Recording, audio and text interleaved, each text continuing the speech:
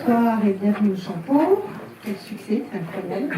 Alors, soit c'est la clim, soit c'est le BO Ciné Club, avec un magnifique film, Le Plongeon, donc The Swimmer, qui n'est pas sorti depuis très longtemps en France, avec bien sûr Jean-Christophe Manusseau pour nous en parler un peu avant et beaucoup après. Merci. Merci Juliette. Bonsoir. Bienvenue au BO Ciné Club. C'est un film très spécial qu'on va voir ce soir. Comme à mon habitude, je préfère en parler après. Mais en quelques mots, on va dire en gros que c'est un croisement entre le mythe et la quatrième dimension. Le mythe de Narcisse et la quatrième dimension. Voilà, c'est un mélange des deux. Le film est assez rare. Et si vous restez après, je vais faire une sorte de petit teasing. Vous saurez pourquoi, parfois dans la vie, le fait d'avoir un peu de chance peut apporter carrément une carrière. Et vous saurez aussi pourquoi le réalisateur du film que vous allez voir s'est fait remercier juste après le tournage et pour être remplacé par un autre réalisateur. Voilà. C'est une des histoires que je vous raconterai. Par curiosité, combien de personnes ont déjà vu le film? Ok, quelques-uns. Très bien. Et écoutez, je vous souhaite une très bonne séance et on se retrouve juste après. Bonne séance.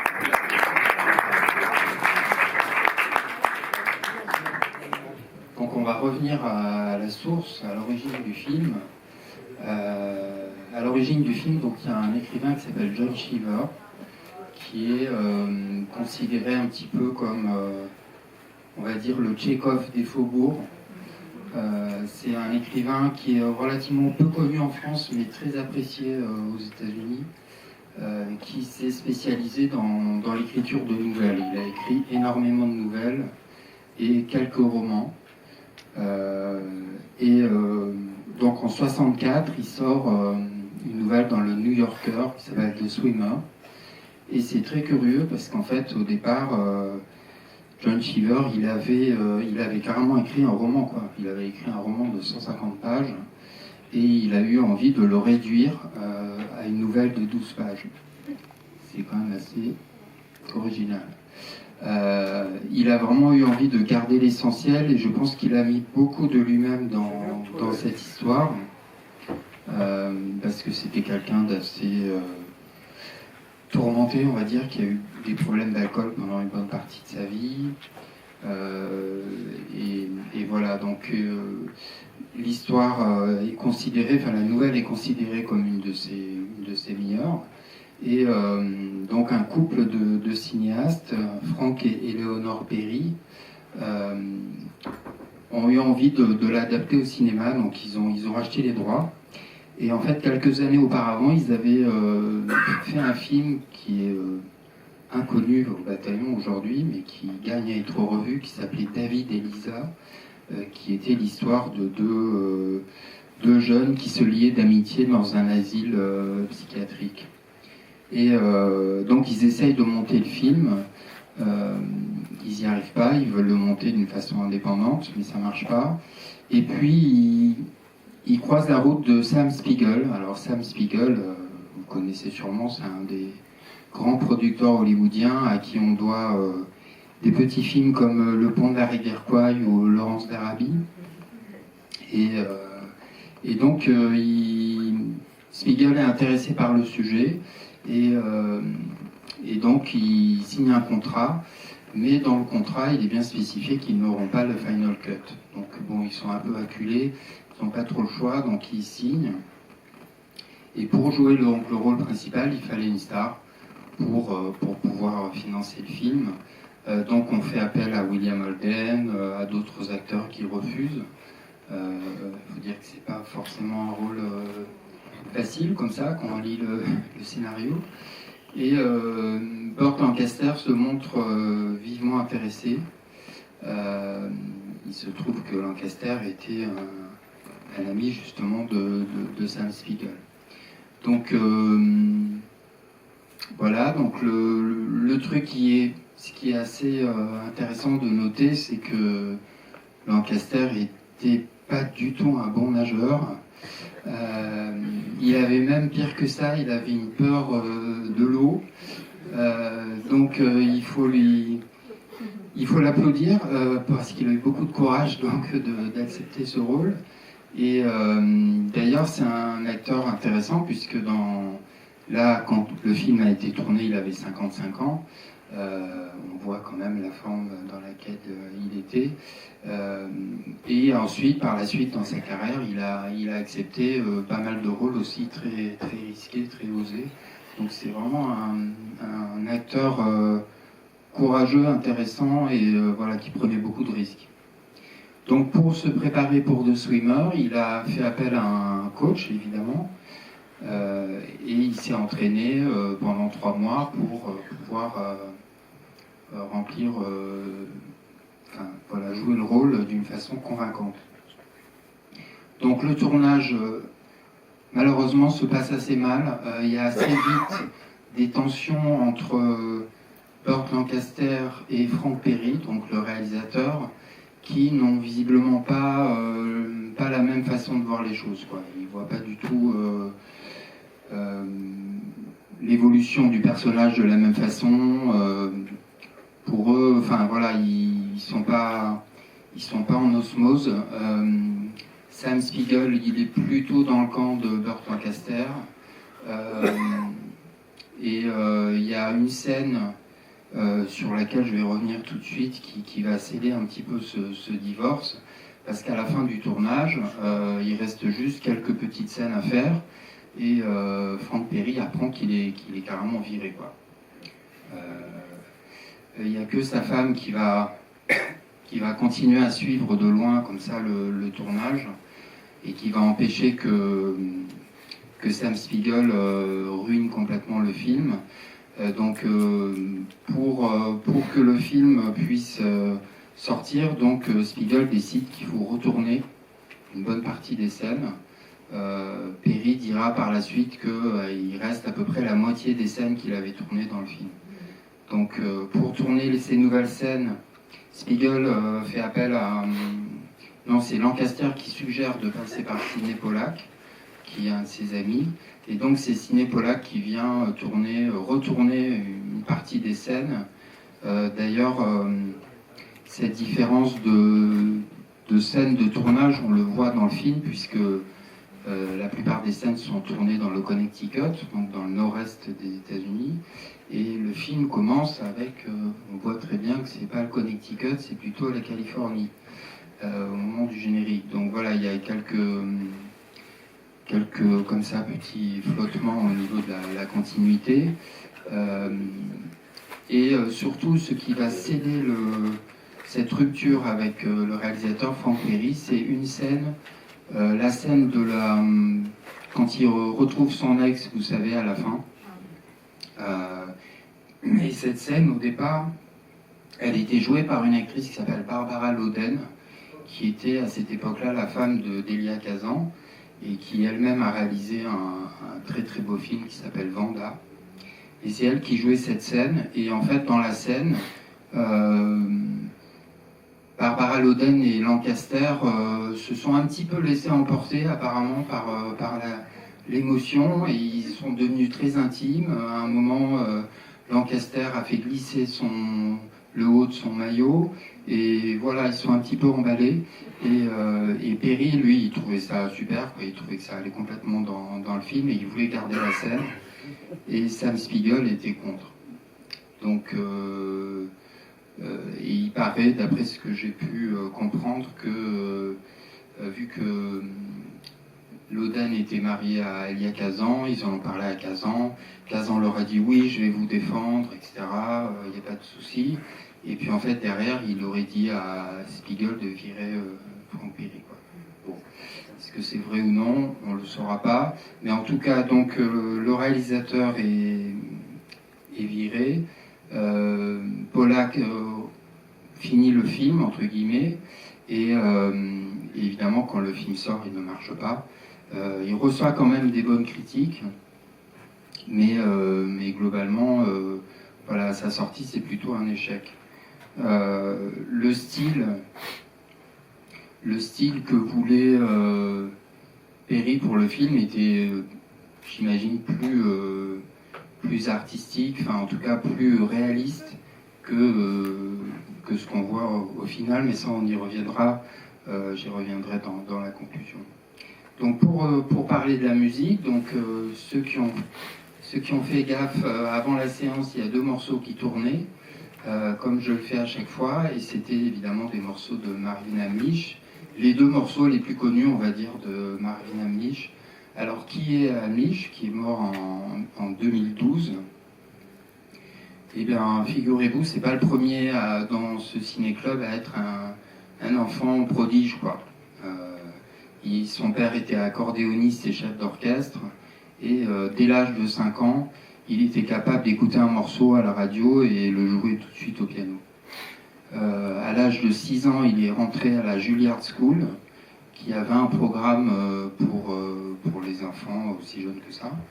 La même école qu'a suivi John Williams, et lui plus âgé. Et ensuite, il a fait le Queen's College aussi à New York, et il a commencé à travailler en fait pour des spectacles à Broadway. Et en fait, c'est pour ça que vous allez comprendre, je parlais de saisir sa chance avant le film, parce qu'en fait, donc il était répétiteur. Il y avait 2 répétiteurs sur le premier spectacle de Barbra Streisand à Broadway, et My Funny Girl. Et il y avait 2 pianistes qui étaient les répétiteurs, quoi. C'est les pianistes qui jouaient pendant la répétition. Et un jour, il y a quelqu'un qui appelle son collègue et qui lui dit, voilà, j'ai besoin d'un pianiste pour jouer à une soirée. Et son collègue dit, bah non, je suis pas disponible, adressez-vous à Marvin Hamlisch. Et donc, Marvin Hamlisch est sollicité pour jouer à une soirée. Donc, au début, il dit, ouais, non, ça m'intéresse pas trop, c'est pas le genre de truc que je fais. Et puis la personne au téléphone lui dit, mais c'est pour Sam Spiegel. Et il répond, ben, j'arrive dans 10 minutes. Donc il va jouer à la soirée. Il se trouve que Sam Spiegel, pour ses soirées, avait l'habitude avant de mettre des disques. Et là, pour une fois, il s'était dit, bon, je vais faire appel à un pianiste, ça sera un peu plus vivant. Et visiblement, la soirée s'est très bien passée. Les gens, on lui faisait des demandes, il jouait les morceaux que les gens voulaient, voilà, ils se sont très bien amusés. Et Sam Spiegel, donc, a remarqué Marvin Hamlisch, et il lui a dit, ben, est-ce qu'un jour ça te dirait d'essayer de faire une musique de film? Et évidemment, Hamlisch était enthousiaste à l'idée, il avait 24 ans, hein, il était tout jeune, il sortait à peine de la fac. Et donc il lui dit, voilà, ça va être tel projet de Swimmer. C'est pas tombé dans l'oreille d'un sourd, donc Hamlisch court à la librairie la plus proche acheter la nouvelle, et il écrit comme ça un thème que lui inspire donc la nouvelle, et donc il fait écouter au piano le thème à Spiegel, et Spiegel lui dit t'embaucher. C'est comme ça que Marvin Hamlisch a décroché son premier contrat et que sa carrière a quelque part a commencé, quoi, vraiment sur un coup de chance. Et donc les 2 morceaux que j'ai passés tout à l'heure au début, c'était The Sting, donc l'arnaque, qui est en fait une adaptation, mais qui lui a quand même valu un Oscar, une adaptation de Scott Joplin, hein, c'est un standard du ragtime. Et l'autre morceau, c'était L'espion qui m'aimait, de James Bond, donc, et un autre de ses morceaux les plus connus. Voilà. Donc ensuite, Marvin Hamlisch, il a continué une très grande carrière à Broadway, et aussi il a mis en musique d'autres films, notamment Nos plus belles années, Le choix de Sophie aussi, et jusqu'à 2009, où il a mis en musique un film de Soderbergh, peut-être que vous l'avez vu, qui s'appelle The Informant, qui est sa dernière BO, et je vous conseille de l'écouter, elle est vraiment très très étonnante. Alors on va faire maintenant un petit focus sur la BO du film. Première BO donc, pour Marvin Hamlisch. Dans un entretien, il dit qu'en fait, il y a deux façons pour lui d'écrire de la musique de film. Soit on fait de l'underscore, c'est-à-dire qu'on écrit de la musique qui passe sous les dialogues, donc qu'on n'entend pas vraiment consciemment, mais qu'on entend, voilà, qu'on entend quand même. Et soit on écrit ce qu'il appelle in the clear, c'est-à-dire une musique qui est mise en avant sans dialogue. Et là, franchement, il a été gâté, parce qu'il y a beaucoup de scènes dans le film qui sont sans dialogue. Il y a beaucoup de scènes qu'on appelle des montages. En fait, en anglais, ils utilisent ce mot montage sequence, pour parler d'une séquence en fait où il n'y a que de la musique et où il y a plusieurs scènes qui se succèdent. On en a dans pas mal de films, je m'en souviens d'une notamment dans Pretty Woman. Et là, donc, il y a beaucoup de scènes où la musique porte quasi carrément le film, quoi. Et donc, il a écrit deux thèmes principaux. Le premier thème qu'on entend au début, qui est plutôt lyrique, on va dire mélancolique, à base de violon, à base de clavecin et de harpe. Et le deuxième thème qu'on entend quand il arrive à la soirée, là, vous savez, enfin, pas à la soirée, à la fête, où il y a les gens qui sont complètement en pleine débauche. Et donc c'est un thème très jazzy, très lounge, qui d'après Hamlisch, lui il appelle ça le thème des limbes, parce qu'en fait Hamlisch il a vraiment essayé d'écrire pas une musique qui décrit l'action, mais qui est dans la tête du personnage. Donc ce personnage qui, comme je le disais, un peu comme Narcisse, tombe amoureux de son reflet et il gonfle les biceps et voilà, il se croit le plus beau du monde et en fait il découvre que sa vie est un mensonge, quoi, quelque part. Et cette musique lounge, elle est presque ironique, quoi, parce que c'est voilà une sorte de joie de vivre, mais qui est complètement fausse, quoi, finalement. Et je parlais de la quatrième dimension parce qu'évidemment bon, on en parlera quand vous pourrez voilà, intervenir. Peut-être que vous l'avez vu venir cette fin, mais voilà, c'est quand même une sorte un choc, quoi, un choc final qui montre un homme complètement désemparé, quoi, et qui s'est illusionné, qui semble s'être illusionné une bonne partie de sa vie, quoi.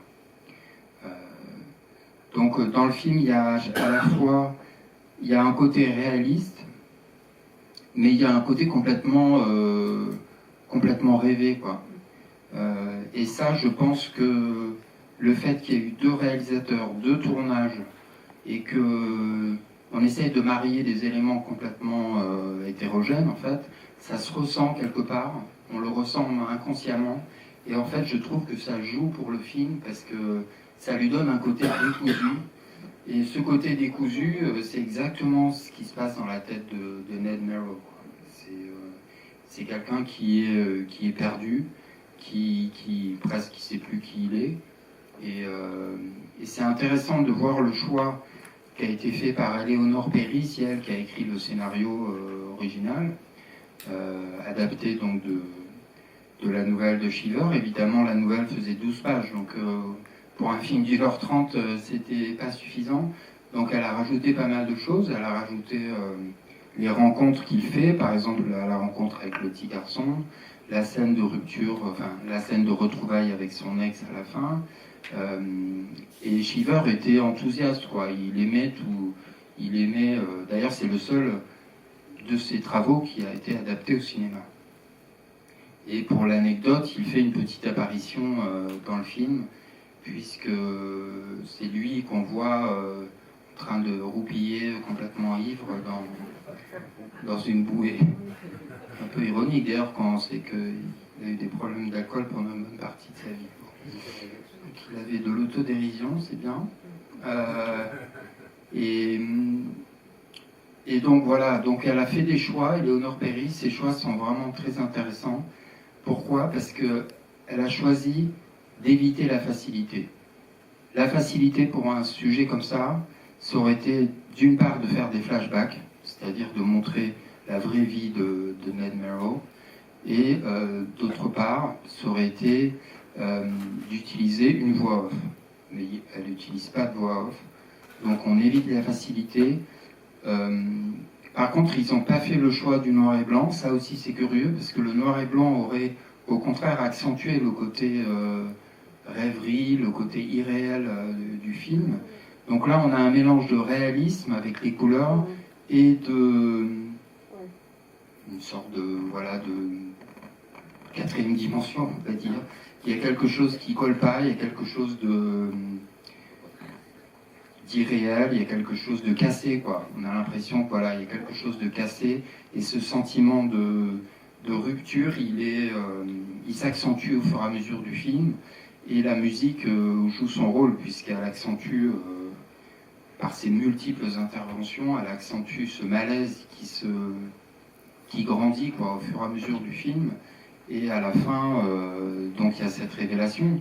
Ses filles, elles sont pas là, sa femme n'est pas là, les gens se moquent de lui, quand il parle de sa vie, les gens chuchotent dans son dos, enfin voilà,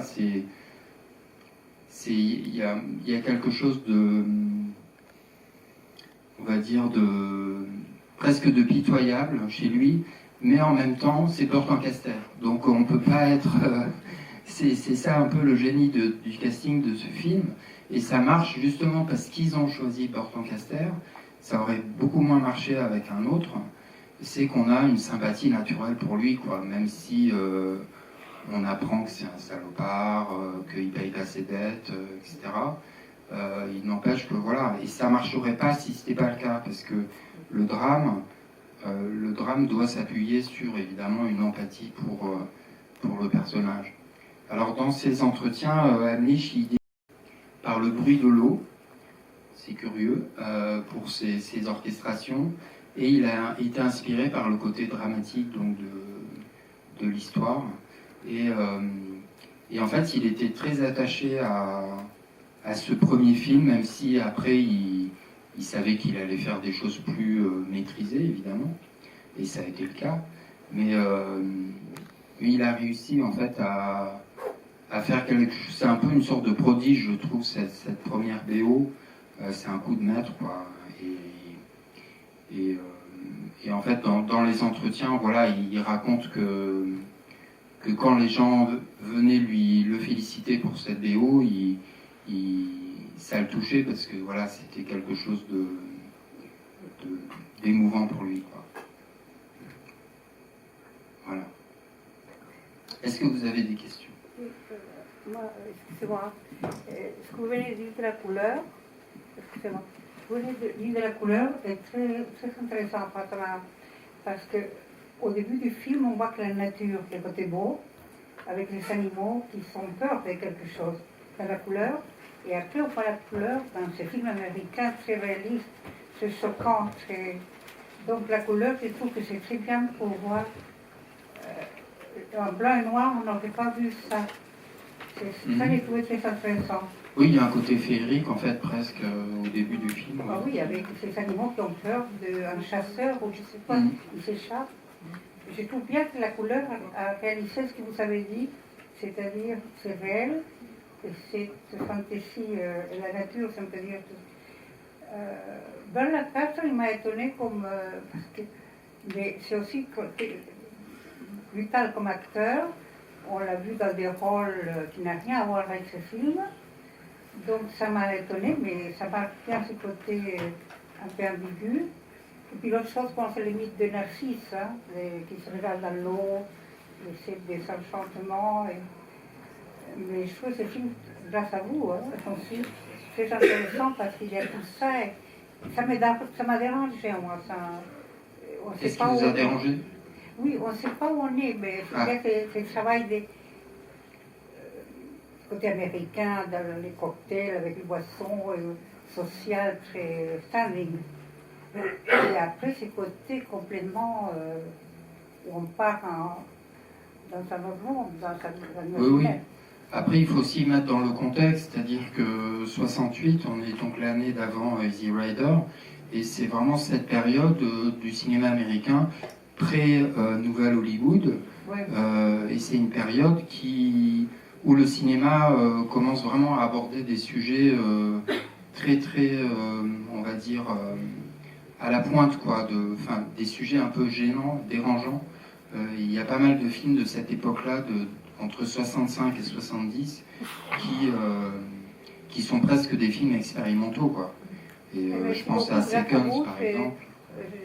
Comment Lancaster a-t-il accepté le schéma de ce film? Parce qu'il y a eu quand même, selon son expression, une certaine liberté bizarre un peu dans son film. En fait, Lancaster était complètement enthousiaste sur le projet. C'est lui qui était une des forces qui ont permis au film de se finir. D'ailleurs, il y a un point très important que je n'ai pas abordé, vous faites bien de me poser la question, c'est que, en fait, même à un moment, Sam Spiegel lui-même a décidé d'enlever son nom du générique. Parce qu'il aimait plus le film, lui il voulait un happy end à la fin, donc ça veut dire qu'il avait vraiment rien compris au scénario d'origine. Il voulait un happy end, il n'aimait pas la façon dont les scènes étaient tournées, donc il a dit j'enlève mon nom du générique et Columbia distribuera pas le film, quoi. Donc il fallait encore un jour de tournage, et c'est Lancaster de sa poche qui a sorti $10,000 pour financer le dernier jour du tournage. Donc ça montre à quel point il était attaché à ce film, et il avait senti quelque chose, je pense, qui le touchait personnellement dans le sujet, dans cette désillusion quelque part du rêve américain. C'est ça en fait pour moi, The Swimmer, c'est la fin du rêve américain, quoi, qui s'incarne dans un personnage d'une manière complètement métaphorique. Le film, je pense, n'est pas du tout à prendre au pied de la lettre, parce qu'au pied de la lettre, c'est juste une série de rencontres. Le film est un peu embrouillé, oui, je suis d'accord. C'est une série de scénettes comme ça au bord des piscines, ça se passe de moins en moins bien. Bon, c'est pas très réaliste en plus, il y a des problèmes d'éclairage, les scènes ne sont pas éclairées pareil, même dans une scène, les personnages ne sont pas éclairés pareil. Mais peu importe, en fait, ça joue, je trouve, ce que je disais tout à l'heure, ça joue sur ce trouble qu'on ressent, quoi. Et en fait, cette way of life américaine, incarnée par le second thème qu'on entend lors de la fête, il tourne au vinaigre, quoi. Et le film incarne cette désillusion, cette fin du rêve. Voilà, c'est un rêve qui se transforme en cauchemar, quoi. Donc la fin est assez dure. Il y a quand même quelque chose autour de la piscine et de l'eau. C'est-à-dire qu'en fait, il y a une signification profonde. Pourquoi il veut y aller à la nage? C'est quand même pour se purger de toutes les saletés qu'il a fait. Il essaie d'être un ange. C'est ça qui est extraordinaire. C'est vraiment cette espèce de délire autour de l'angélisme, de la purification, du côté protestant, voilà, de l'Amérique et de ce que c'est devenu. Moi, je crois que c'est vraiment ça qui fait la force incroyable du film. Je pense pas du tout qu'il y a un côté narcisse. Enfin bon, parce que il y a un moment masculiniste, il y a un moment extraordinaire, le moment masculiniste, quand il jump avec la jeune fille, puis finalement il finit en Oedipe. Et c'est plutôt, il y a Oedipe, et plutôt que Narcisse, il y a vraiment Hector. Parce que quand il revient, et qu'il retrouve sa charrette, et qu'il ouvre sa charrette, ça doit être ses shivers, ça, et qu'il retrouve le petit bout de bois qu'il a mis, il dit c'est à moi. Je me souviens, c'est moi qui l'ai mis, c'est comme le lit d'Hector. Il a plus de maison. Oui, mais donc en fait, il va l'eau pour rentrer dans l'île. Enfin bon, ouais. Donc je crois que c'est le retour à Ithac, quand même. Il y a plusieurs, oui. Je pense qu'il y a plein de lectures possibles. Beaucoup plus que quelque chose de psychologique. C'est vraiment toute l'Amérique qui essaierait de rentrer à Ithac et c'est fini. Et qui s'est dévoyé. Alors et alors pour ça que le Technicolor, à mon avis, est très intéressant. Parce que cette image complètement kitsch de lumière californienne, quand il dit c'est un soleil qui est froid, c'est une phrase extraordinaire. C'est un soleil qui ne chauffe pas. C'est justement cette lumière du kitsch, cette lumière de ce bling-bling, voilà, de ces villas de stars qu'on voit encore partout. Bon, voilà. Voilà, donc je sais pas, je vous remercie infiniment de nous remontrer le film, parce que moi je l'avais vu que sur mon ordinateur pourri, je l'avais loué à la bibliothèque, bon voilà, donc je l'avais pas vu, ben, voilà, on voit que je le vois sur grand écran, mais je trouve pas quand même que Narcisse, je suis mal à l'aise quand vous dites ça, je trouve pas du tout, hein. Vraiment quelqu'un qui est complètement dans, enfin, à mon avis, dans autre chose, c'est vraiment une quête, et pas pour rien qu'il y a l'eau et la piscine et l'île et le retour, voilà. En même temps, il apprend beaucoup de choses sur lui. C'est un peu comme une série d'épreuves. Oui, bien sûr. C'est un film initiatique aussi. C'est comme le voyage d'Ulysse. Plus ça avance, voilà, comme le voyage d'Ulysse, plus ça avance et plus il en apprend sur lui. Et malheureusement, ce qu'il apprend est... Parce que nous, on en apprend, parce qu'en fait, bon, il doit le savoir, mais il a tout perdu. De toute façon, il a déjà tout perdu avant. Lui, il le sait. Nous, on ne le sait pas. Et il a oublié. D'accord, bon, ça, je ne sais pas. Oui. Il y a 2-3 scènes un peu plus artistiques, on va dire, où on voit à un moment donné un cheval. Ça, c'est une scène tournée par Pollack. Mais c'était ma question, par qualité. En fait, les scènes, je trouve, les plus maladroites sont celles tournées par Pollack. Oui, malheureusement. Après, c'était pas son film, hein, donc on l'a appelé comme ça, il est venu au Débeauté pour aider son ami. En plus, c'est jamais confortable de remplacer un autre réalisateur. Et l'orage, c'est qui l'a filmé? L'orage de la fin? L'orage de la fin, je pense que c'était tourné par Franck Perry. En fait, Pollack, il a rajouté la scène, ces scènes-là, il a retourné aussi d'autres scènes, comme la scène avec sa maîtresse. Et ça serait intéressant de voir de voir cette scène-là. Moi, j'aimerais beaucoup voir la scène avec Barbara Loden. Mais malheureusement, j'ai lu qu'on voit que des images, des photos de tournage, mais d'après ce que j'ai vu, le négatif a été détruit. Mais il y a un making-of que j'ai pas eu la chance de voir, qui existe, que vous pouvez peut-être trouver, un making-of qui est plus long que le film, qui apparemment donne pas mal de détails, mais moi j'ai pas réussi à le trouver pour l'instant. Merci.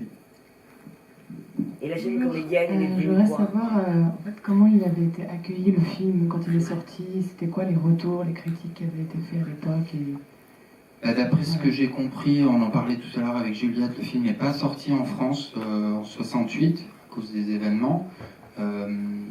Il est sorti plus tard en 2001, ouais, c'est ça. Aux États-Unis, les critiques étaient mitigées, mais il y en a beaucoup qui appréciaient son côté un peu... comment dire, novateur. Qu'est-ce que vous dites? Humoristique, ouais, je n'irai pas jusque-là. Mais non, les critiques étaient plutôt bonnes, mais malheureusement le public n'a pas du tout suivi. Et j'aime beaucoup l'accroche, je ne sais pas si vous avez vu l'accroche sur l'affiche. La phrase d'accroche, c'est quand vous parlerez de The Swimmer, est-ce que vous parlerez de vous? C'est assez intéressant. D'autres réactions? Oui. Oui, moi je pense qu'en fait, il n'a pas forcément eu beaucoup de succès parce qu'il y a un côté très doux amer. La musique pour moi, elle représente ça, c'est ce côté doux amer.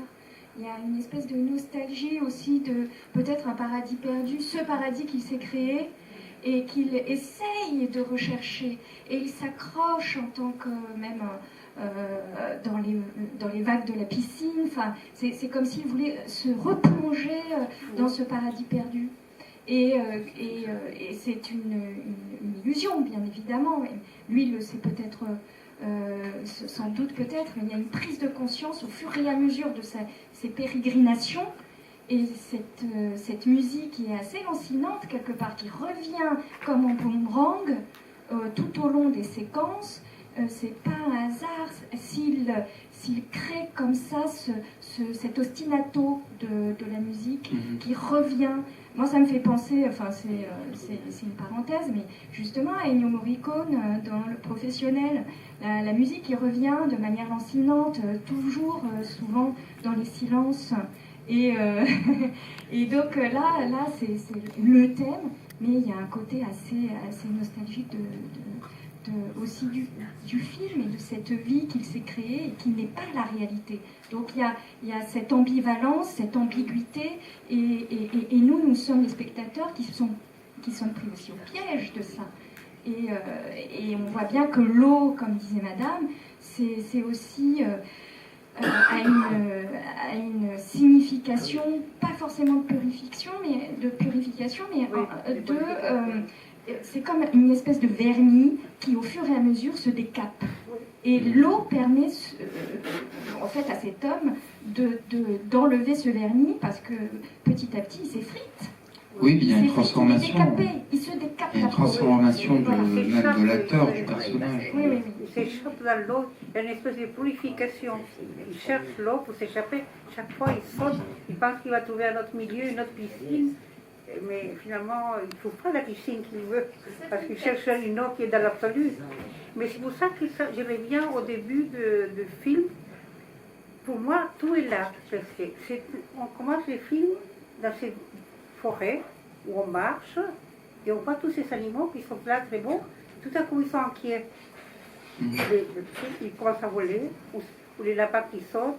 Ou je sais pas quoi. Ça, pour moi, c'est très important ce que vous avez dit par rapport à la couleur. Parce que là, la couleur n'est pas blanc et noir. C'est ça qui est intéressant. C'est en couleur, mais c'est deux univers différents. Oui, au début, c'est un peu une sorte de présence invisible, comme ça. Pardon ? Au début, c'est une présence invisible. Lancaster, on ne le voit pas, comme vous disiez. Oui, non, mais là, on voit les animaux qui l'entendent, qui le sentent. Oui, mais ça, c'est l'idée du film. C'est une introduction intéressante. On ne voit pas l'homme encore, mais ça représente les dangers, la purification, ce qui est encore beau. Pour moi, c'est très important ce que vous avez dit par rapport blanc et noir. Non, on n'aurait pas vu ça. Ça aurait été trop. Ça aurait été un autre film. Je suis un peu étonné qu'on ne parle pas du côté féministe de ce film qui est vraiment très fort. Alors, peut-être que d'un côté, on voit le côté masculin de l'acteur, mais le côté féministe est vraiment très fort. On voit que les femmes ne sont pas prêtes à se laisser faire. Oui, tout à fait. Oui, c'est un des messages du... Et on est en 68. Alors. Et je pense que c'est aussi pour ça que Spiegel n'a pas aimé, parce que il a eu il a été remis en question, comme beaucoup d'hommes à Hollywood, pour ses habitudes un peu cavalières, on va dire, avec les femmes. Donc oui, effectivement, c'est beaucoup plus qu'un sous-texte, c'est carrément un des thèmes du film, oui. Mais quelque part, comme je disais tout à l'heure, il a un côté un peu pitoyable, quoi. Mais on ne peut pas s'empêcher d'être en empathie quand même avec lui. Et c'est ça, c'est parce que voilà, c'est un être humain, quoi. Et quelque part, on le comprend avec ses faiblesses aussi. Ses défauts. Ses défauts, quoi. C'est ça, je trouve que c'est un salaud quand même. Oui. C'est pas des faiblesses, mais. Oui, non, mais je suis d'accord. Ce qui est intéressant, c'est au début, on admire, il est admiré de tout le monde, et puis petit à petit, on se rend compte qu'en fait, il a beaucoup d'ennemis parce qu'il a fait des choses aussi qui. Enfin, il méritait aussi un peu ça, quoi. Enfin, les gens autour ne sont pas des gens avec qui on a envie de vivre et qui sont des modèles. Hein. Donc, parce que c'est ça qui est intéressant dans le film. Parce qu'attendez, il n'est pas jugé par une société magnifique et belle quand même. Il n'y a que des horreurs. C'est une certaine haute société du Connecticut. C'est des marchands, c'est des gens qui pensent qu'à l'argent, c'est des... Non. Il y a un truc sur l'alcool aussi dans le film, non ? Il y a une sorte d'obsession autour de l'alcool. Oui, ça vient de la nouvelle de John Cheever, oui. D'autres réactions ? Oui,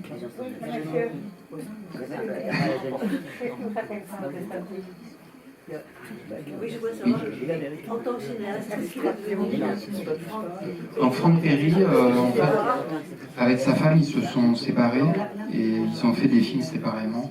Et il n'a pas eu de gros succès, j'ai même pas un titre en tête qui me revient. Et il a quand même il continue à faire quelques films, mais il n'a pas fait une très grande carrière, malheureusement.